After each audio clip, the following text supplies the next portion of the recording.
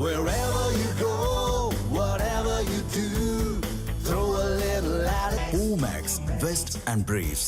Hormuz ஜலசந்தி அருகே ஈரானின் ட்ரோன் தாக்கியதில் ரோந்து பணியிலிருந்த அமெரிக்க ராணுவத்தின் AH-64 அப்பாச்சி ஹெலிகாப்டர் விபத்துக்குள்ளானது.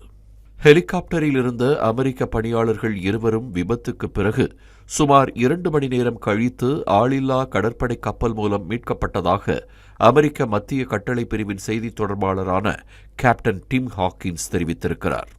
இது வேண்டுமென்றே நடந்ததா அல்லது தற்செயலாக நடந்ததா என்பதை கண்டறிய விசாரணை நடந்து வரும் நிலையில் அமெரிக்க ஹெலிகாப்டரின் விபத்திற்கு ஈரானே காரணம் என்று அதிபர் ட்ரம்ப் குற்றம் சாட்டினார்.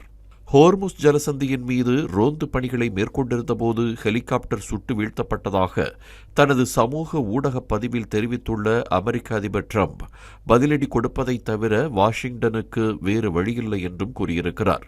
இதனையடுத்து ஈரான் மீதான ராணுவ நடவடிக்கைக்கு அமெரிக்க அதிபர் ட்ரம்ப் உத்தரவிட்டுள்ளார். இதைத் தொடர்ந்து ஈரானின் வான் பாதுகாப்பு மற்றும் ரேடார் தளங்களை குறிவைத்து அமெரிக்க படைகள் தாக்குதல்களை நடத்தின. ஈரானின் ராணுவ கட்டமைப்புகள் மீது விமானப்படை மற்றும் கடற்படை போர் விமானங்கள் ஒருங்கிணைந்த தாக்குதல்களை நடத்தியதாக அமெரிக்க மத்திய கட்டளை பிரிவு தெரிவித்திருக்கிறது.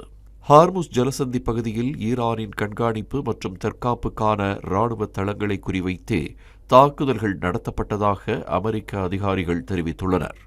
சில மணி நேரங்கள் நீடித்த இந்த தாக்குதல்கள் இது ஒரு அளவிடப்பட்ட ராணுவ பதிலடி என்று அமெரிக்க மத்திய கட்டளை பிரிவு தெரிவித்திருக்கிறது. அமெரிக்க தாக்குதல்களை ஒப்புக்கொண்டுள்ள ஈரான் ஹார்முஸ் ஜலசந்தியின் நுழைவாயிலுக்கு அருகில் அமைந்திருக்கும் ஜாஸ்க், பண்டார் அப்பாஸ், கெஷ்ம் தீவு மற்றும் சிரிக் துறைமுக நகரம் ஆகியவை சேதமடைந்துள்ளதாக கூறியிருக்கிறது. அமெரிக்க தாக்குதலை தொடர்ந்து எந்தவொரு தாக்குதலுக்கும் அச்சுறுத்தலுக்கும் ஈரான் பதிலடி கொடுக்காமல் விடாது என்று அந்நாட்டு வெளியுறவு அமைச்சர் அப்பாஸ் அராக்சி எச்சரித்திருக்கிறார். இதையடுத்து பஹ்ரைனில் உள்ள அமெரிக்காவின் 5ஆம் கடற்படை, குவைத் மற்றும் ஜோர்டானில் உள்ள அமெரிக்காவின் ராணுவ தளங்கள் மீது ஈரானும் ஏவுகணை தாக்குதல்களை நடத்தியிருக்கிறது. சில நாட்களுக்கு முன் கடந்த ஏப்ரல் மாதம் 8ஆம் தேதி தற்காலிக போர் நிறுத்தம் நடைமுறைக்கு வந்ததிலிருந்து முதன்முறையாக இஸ்ரேல் மீது ஈரான் ஏவுகணை தாக்குதல் நடத்தியது. பதிலுக்கு ஈரான் தலைநகர் தெஹ்ரான் உள்ளிட்ட பல முக்கிய நகரங்களில் இஸ்ரேல் ராணுவம் நடத்திய வான்வழி தாக்குதல்களில் ஈரானின் விமானப்படை தளபதிகள் 2 பேர் கொல்லப்பட்டதாக ஈரான் அரசு தெரிவித்திருக்கிறது. இந்நிலையில் ஈரான் அமெரிக்கா அமைதி ஒப்பந்தம் ஏற்படுமா? மீண்டும் மத்திய கிழக்கில் அமைதி வருமா? ஹார்முஸ் ஜலசந்தி வழியாக பாதுகாப்பான தடையற்ற கப்பல் போக்குவரத்து தொடங்குமா என்ற கேள்விகள் எல்லாம் இப்போதைக்கு கேள்விகளாகவே இருக்கின்றன.